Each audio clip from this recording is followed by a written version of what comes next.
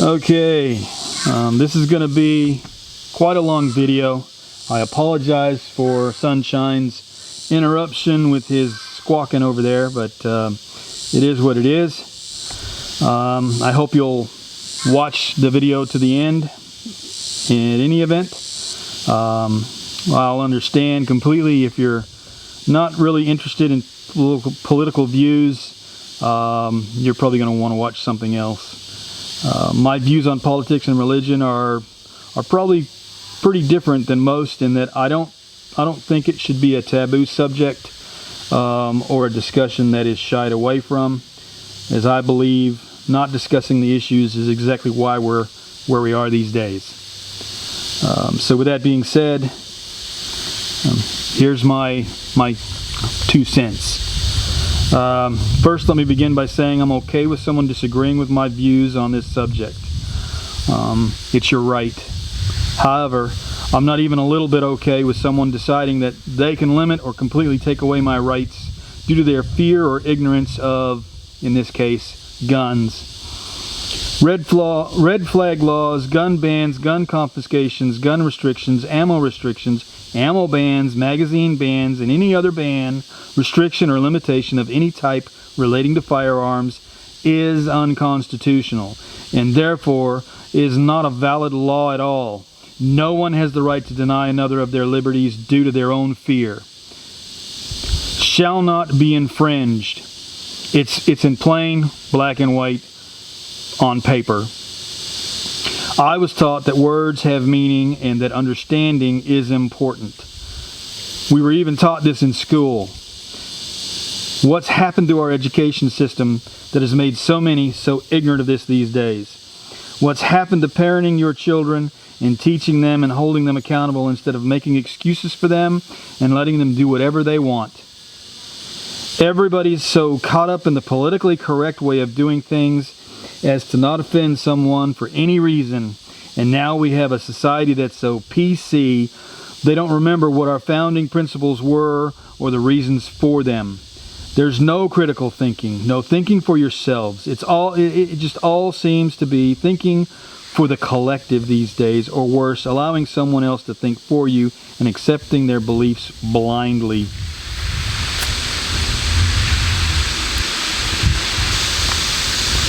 Contrary to what some may believe, the right to bear arms has nothing to do with hunting, sports shooting, target practice, skeet shooting, or owning a family heirloom that happens to be a firearm.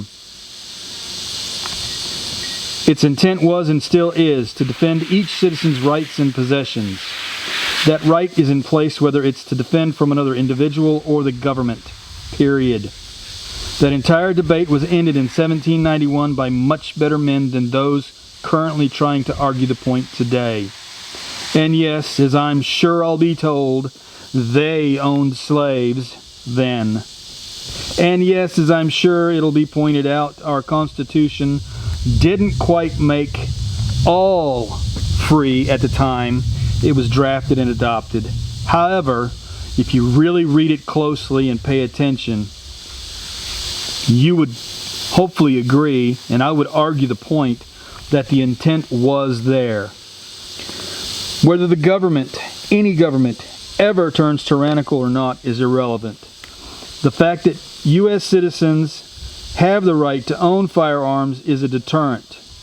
There's not a single foreign country that would ever think of attacking American soil with boots on the ground, while we the people still have the ability to defend ourselves.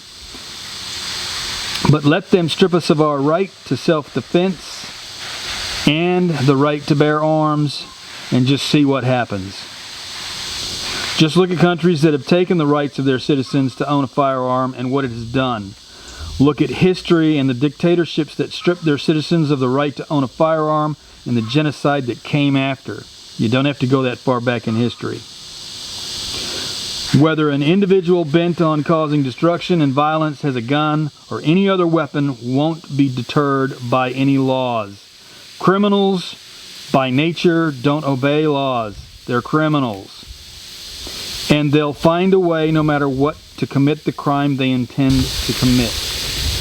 Here's what I know. Our inherent right to self-defense doesn't hinge upon another's fear of what they obviously know little or nothing of, or the whims of a governing body. Our right to self-defense isn't granted to us by government. It's given by our Creator. Therefore, government cannot take it away. We, however, are able to give it up or forfeit our rights by our actions, individually, not as a whole. Our Republican form of government has guaranteed that right to be recognized by our government and not deriving from it.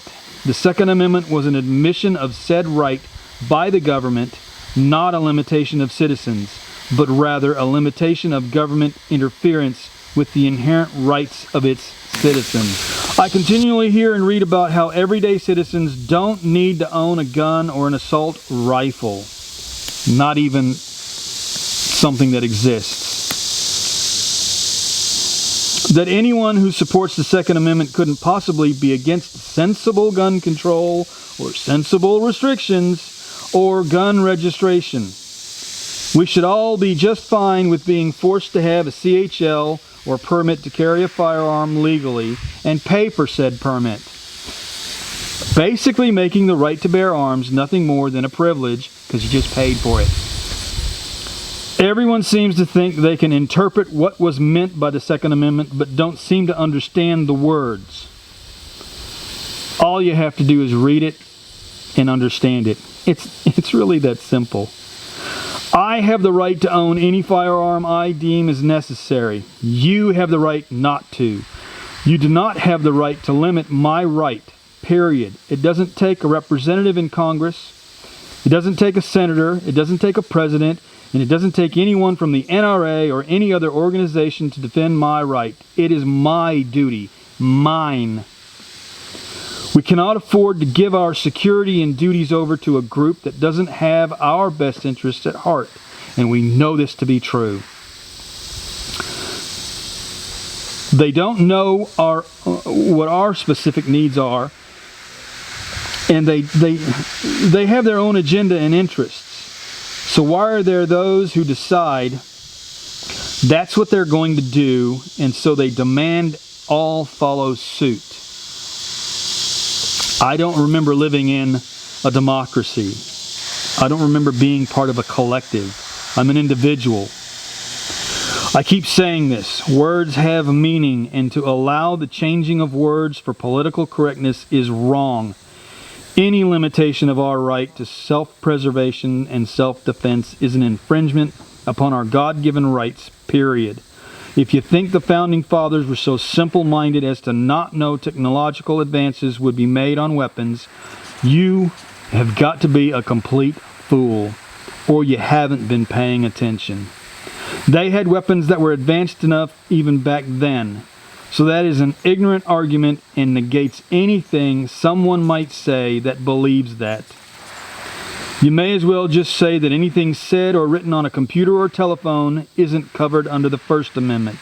And I don't think we'll be hearing that anytime soon. It's long past time for people to stop acting like children, afraid of the dark and unknown, and to start demanding our government abide by its limitations as outlined in the Constitution and Bill of Rights. It's time that those who decide to serve do so instead of thinking they're somehow above the people, and it's time our representatives started representing the people instead of thinking citizens as subjects to be lorded over. I'm no serf and I'm no subject. We're a constitutional republic, not a democracy. And we're not a monarchy either. If they can't do what they're supposed to do, we the people need to do our duty as Americans and elect those who will. A weapon of any kind is an inanimate object, I said it earlier, and cannot act upon its own. It therefore is not the cause of the violence we see today. It takes a living being to pull the trigger to kill. Just because someone has a right to feel a certain way about those who are armed doesn't give them the right to strip others of their right. Doing so or supporting that mentality is unconstitutional, and given time and circumstance, The same tactic will be used to strip other rights, especially if they succeed in taking guns away, as there'd be nothing to stop them at that point. An area that is a gun-free zone is, to the individual intent on harming or killing, an open invitation to do so with little to no resistance. You can't kill someone who's armed as easily, and therefore they go for the soft targets. If someone commits a violent act, killing others in a gun-free zone, how is it even a gun-free zone? They brought a gun there. You didn't have one. You got killed. You want to stop or at least minimize these attacks? Do away with gun-free zones. That, in and of itself, would be the most sensible thing our representatives could do to stem the current trend of using a firearm in a gun-free zone. FYI, there is no such thing as an assault weapon. I think I said that earlier. It's just a made-up definition of a weapon that those who are scared of guns made up to scare people so they'd feel safer about giving up their right to own a firearm. It seems to work on some, but not all. You don't want to own a firearm? Don't buy one. It's really that simple, folks. Instead of thinking of taking something from another, how about we as a society once again teach our children the value of life and finality of pulling the trigger? Stop teaching children to fear guns. Instead, teach them to respect guns and to value life. Stop teaching them that they should shelter in place and wait for the authorities who have guns. That's how they all get killed.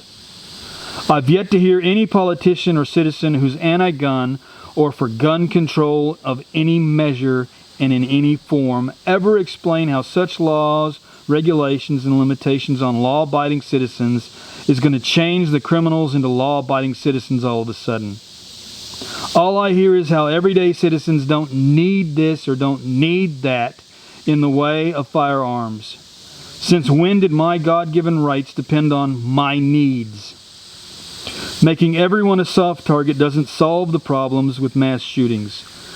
Don't we already have a few laws pertaining to this anyhow? You know, thou shalt not kill comes to mind.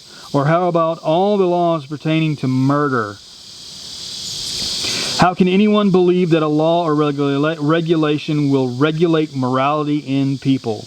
We already have over 20,000 laws on guns on the books. What's one more law or legislative act going to do? You want to eliminate these mass shootings? Enforce laws against committing murder. Blame the shooter and not all gun owners. Stop giving these individuals notoriety by giving their name out in reports. Let their name and claim to fame die with them. They don't deserve their 15 seconds of fame. Stop allowing for copycat shooters by continually covering the carnage they've left behind.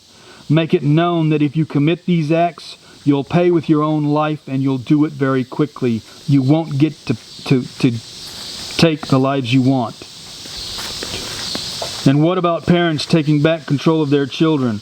Raise them to be familiar and respectful of firearms and understand the value of life. Stop giving schools and government agencies the responsibilities of raising your children. Stop being their friend and be their damn parent. It's your job. If you don't want that job, don't be a parent. And even worse, now we have Democrats serving in our own Congress as representatives and senators that obviously have a double standard on value of life and what's acceptable behavior for an elected official. They stand blaming Donald Trump for causing these mass shootings by his words, all while calling for violence against him, his family, and anyone who supports him, this administration, or who may actually vote for him in the coming election. But hey, it's all Trump's fault, right? I guess it was all Obama's fault too. I don't guess we'll hear that. So he isn't politically correct. He can be rude at times. He doesn't play political games. He gets things done, and that's what matters.